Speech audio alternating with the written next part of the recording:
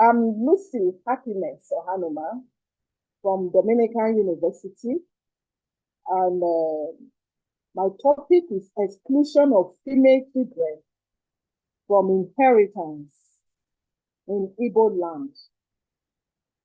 There are two perspectives here: perspective from African culture and perspective from feminism. And I'll be discussing the background that led to this, my research work. I'll look at the legal and customary framework that have supported, that have protected this Igbo practice in Igboland.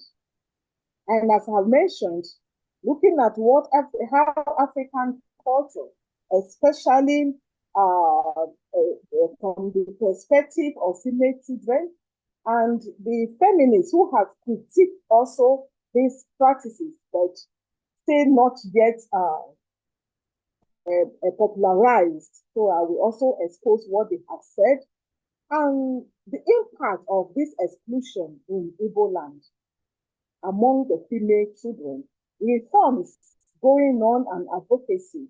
And some of the case studies, examples, and the interview I had with the victims of this exclusion. I will conclude with a few recommendations and a conclusion. Now, inheritance practices in Igboland.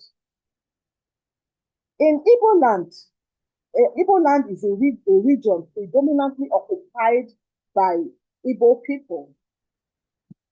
And these practices have long been rooted in customs and tradition.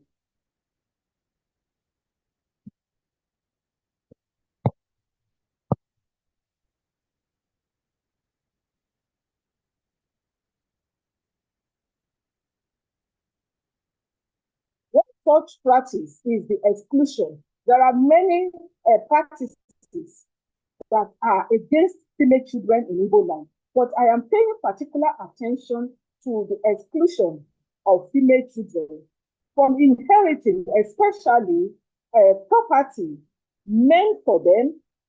And this exclusion has long been justified by cultural norms. And these cultural norms prioritize male children over female children.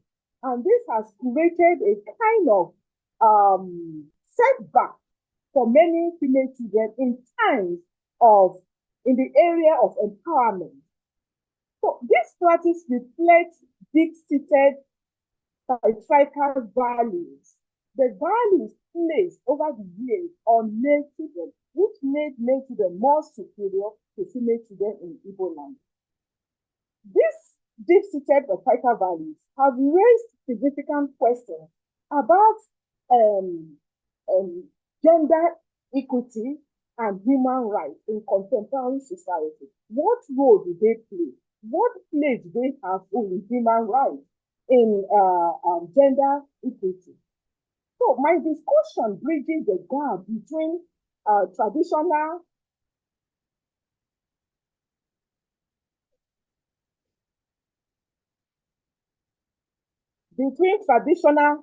African culture and feminist ideas, shedding light on the complexities and issues.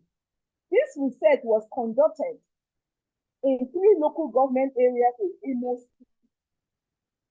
The first is in Amanduba, and the second, this is a map of Nigeria, just a bit of telling you the geopolitical zone, the areas where I conducted the research. I'm sharing the map of Imo State, showing the local government areas where I conducted the research. In Uzaba, the Pedro local government, and Umuncha in Ungopala local government. These areas were selected to provide diverse perspectives on the cultural practices and their implications within Igboland, because I limited my research. I cannot really visit all the states in Igboland. I limited my research to 3 local governments in Imo State, and that is why we have the map here. So in terms of my research, I also research on using this as sources. This Oyorete Oyewumi, Nkiru Ezeago, and Sophia Oluwole, they have written extensively condemning such practices. However, there are more to be done, and that is why I'm also writing on them. The objective of this presentation is to understand this cultural justification for the practice. So many times, some of the Igbo men have justified this practice, this exclusion, broad daylight justification, that it is part of the culture, and the culture cannot be changed because that is what the culture that has guided the Igbo men, the Igbo people for years. So they brought in the accessory. So, and that is what I'm presenting today, the understanding of the cultural justice for this practice, highlighting the feminist critique of gender-based exclusion and evaluating the legal, economic, and social implications of these practices, proposing actionable recommendations to address the challenges such as exclusion. What is the importance of this issue to us today as African female philosophers? The exclusion of female children from inheritance is not merely cultural issue. In my own research, I discovered that the culture that was given as an excuse was not actually an excuse. There was no written document to support this. But it is just a way of keeping female children, making them irrelevant in the society. So it is more than a cultural issue, but a significant human right. I look at it as a violation of human rights. And it's concerned with far-reaching consequences. It has a lot of consequences if it's not well handled. And that is why this issue has become so important in addressing the position of women in part of Igbo land. The exclusion of female children perpetuates economic disparities. I find out that the economic gap between the male and female children in this local government is so long that we find that many female children depend solely on men, even with their daily or monthly salary. So we find economic disparities limit women empowerment. The female exclusion has for long time limited women empowerment and hinders gender equality, making most female children to be second-hand citizens. Examining this issue is essential to challenge discriminatory practices and advocate for reforms that respect cultural heritage while upholding the rights and dignity of individuals, regardless of gender.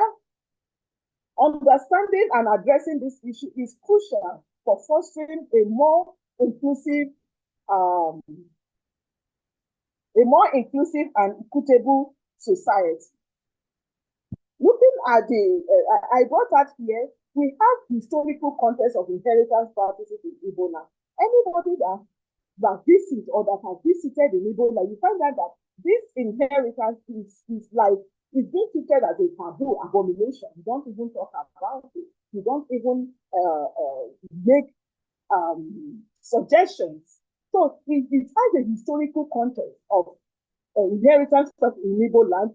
It is the traditional Igbo men view property, the way they view gender and property, because a female child will marry, and so marrying is like giving away a female child. So what does a female child have to do with inheritance? So in exploring this, I also look at the cultural values influencing inheritance. What are those cultural values influencing inheritance in Igbo land? We look at that. Core Igbo cultural values such as preservation of family lineage. To preserve the family heritage, it must be given to the male child. So for a female child cannot preserve family lineage. Communal and ownership, communal land ownership. A female child cannot own land and cannot be responsible for owning communal land. It is only reserved for men. And male dominance in decision making, most often times you find that the men make the decision how this land, how this property will be shared and be distributed. So we find out that the inheriting of female children is not only anchored in the traditional Igbo view, but also have a key cultural values that are deep-seated in Igbo culture. And this strongly influence inheritance practices. These values are upheld to ensure the continuity of ancestral traditions. So to have male children inheriting land property belonging to their parents is like a commitment to the ancestral promises or ancestral tradition, and therefore a female child cannot preserve ancestral land, ancestral home. You can find here, I put a picture of kola nuts. In Igbo land, the areas I researched, a female child cannot break the kola nut. It is an abomination. And because this kola nut is so significant in any garden in Igbo land, therefore, since a female child or a woman cannot break this kola nut, it implies that a female child cannot inherit. You know, in the inheritance I'm talking about is that the rightful inheritor, a rightful owner of what belongs to one's parents. So if my parents have multitude of land, houses, and other properties, by the virtue of being a female child, I stand to lose all those properties, even to the detriment, okay, of the lineage, or to the detriment of communal responsibility. So we find that culture very derogatory. And so a woman who has about 5 years will just be nobody in the society. So we find out that the customary laws governing inheritance in Igbo land also support this practice of inheritance. It dictates that inheritance is primarily patrilineal, the customary laws, with male children, especially the firstborn son, as primary heirs. Female children are often excluded as cultural norms prioritize the continuity of male lineage. In interaction with Nigerian statutory laws, I also look at our laws, the laws governing protecting female inheritance or male inheritance. I find out that in our statutory laws, such as the Constitution and the Married Women's Property Act, advocate for gender equality and prohibit discrimination. But most attention has not been paid to this law. It's well documented. But when it comes to practicing, when it comes to implementing this law, it is not respected. Yet we have a statutory law, prohibiting or guiding that, or trying to protect female inheritance, but who follows this law? However, conflicts arise when customary laws, which hold significant sway in local communities, contradict these statutory provisions.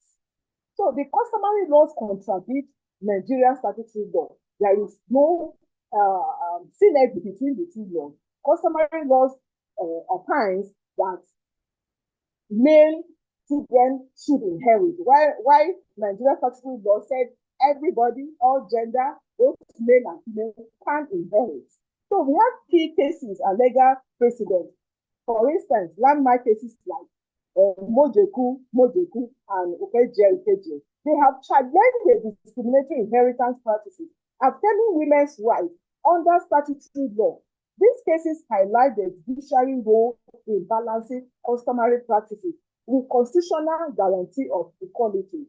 In my research, I quoted some of these statutory laws, and they were treated, even by the so-called leaders in the community, they were treated with levity. They said, no, this cannot happen. This is just a law written by those who don't know the law of the land.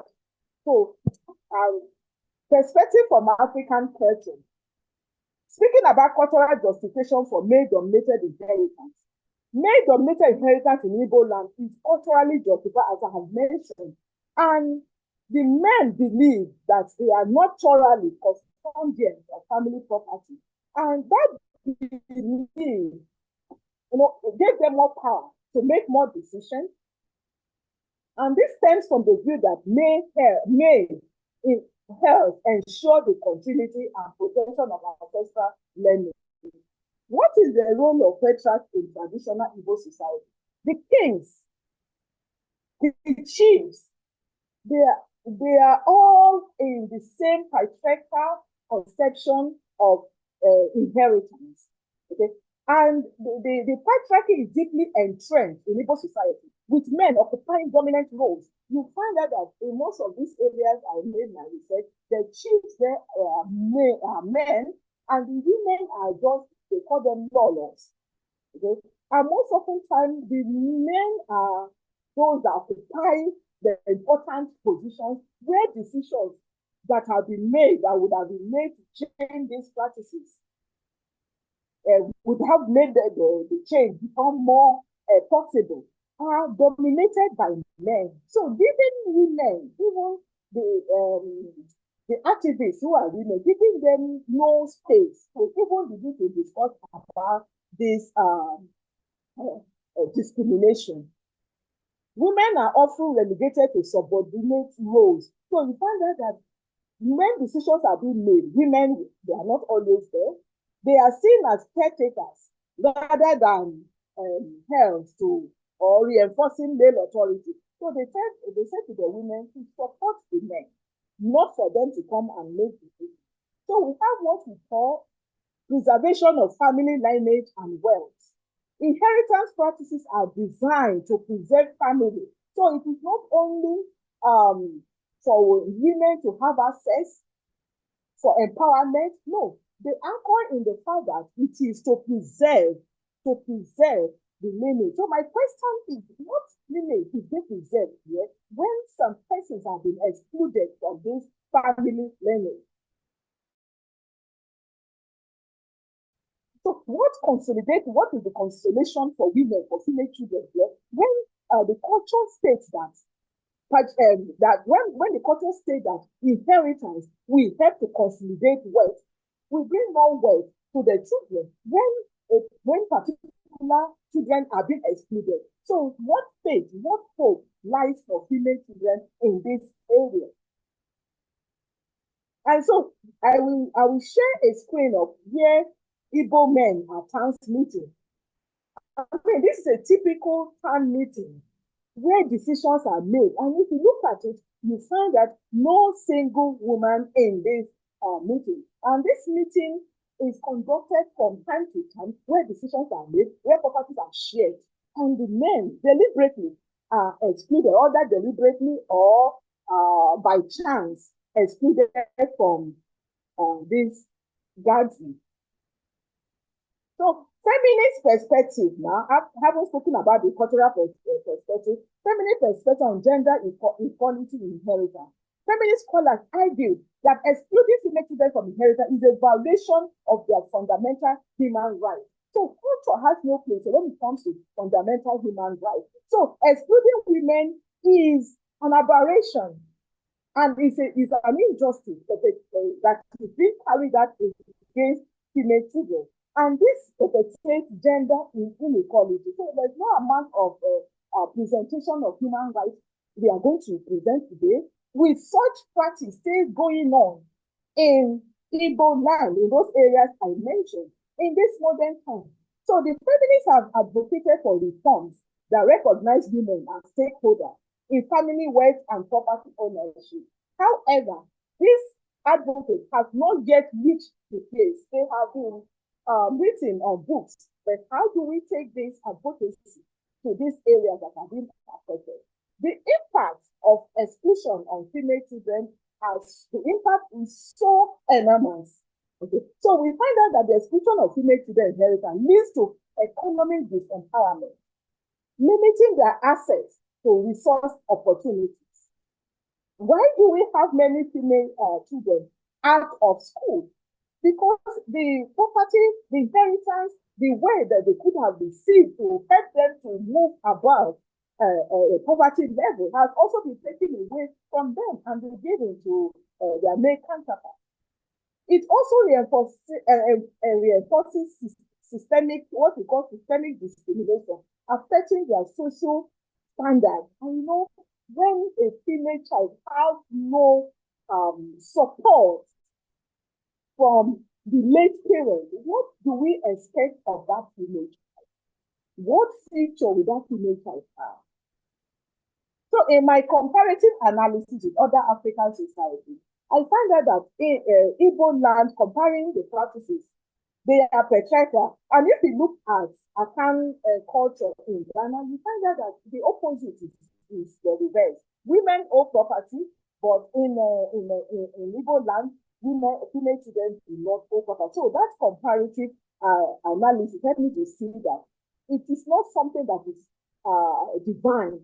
It's something that can be changed, because in other African countries, we have women owning property. This is a picture of African women enjoying their motherhood, their womanhood to the fullest, compared with some female children in Igboland. So, what reforms and advocacy am I proposing here?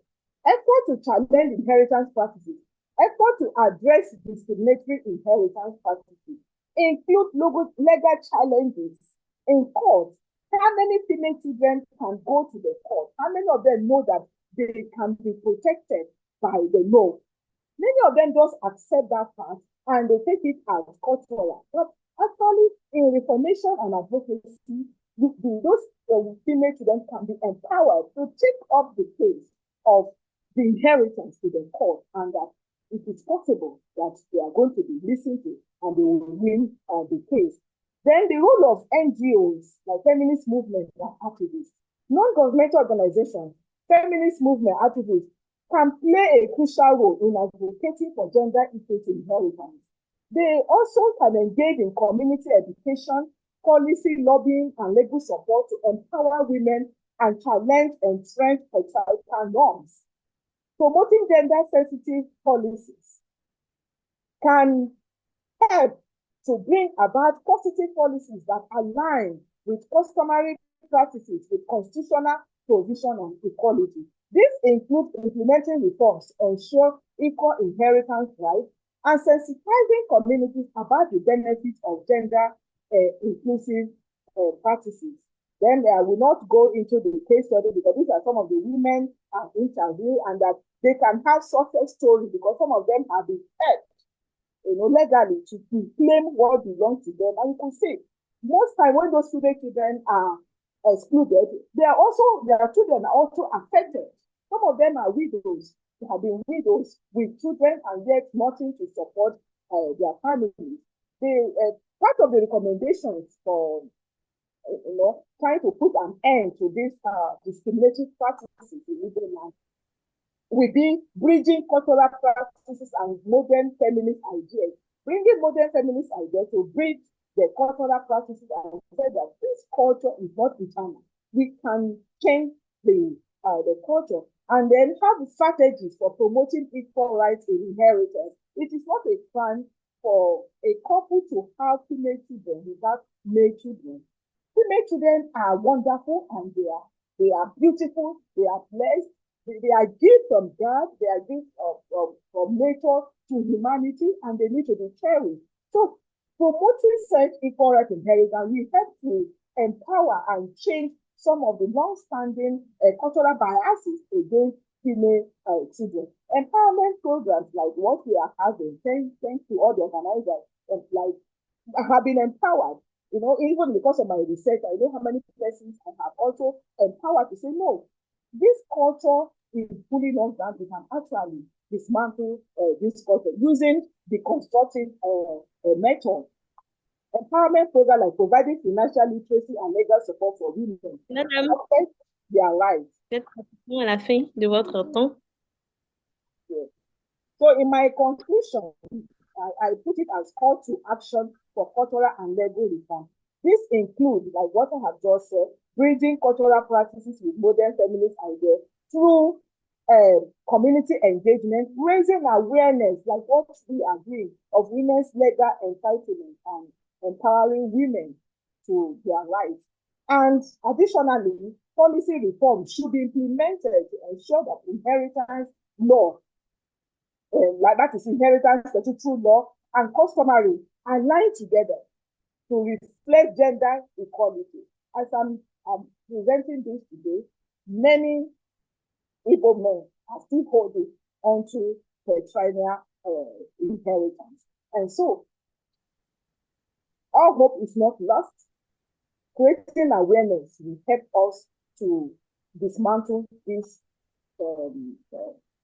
discriminating practices among the Igbo people.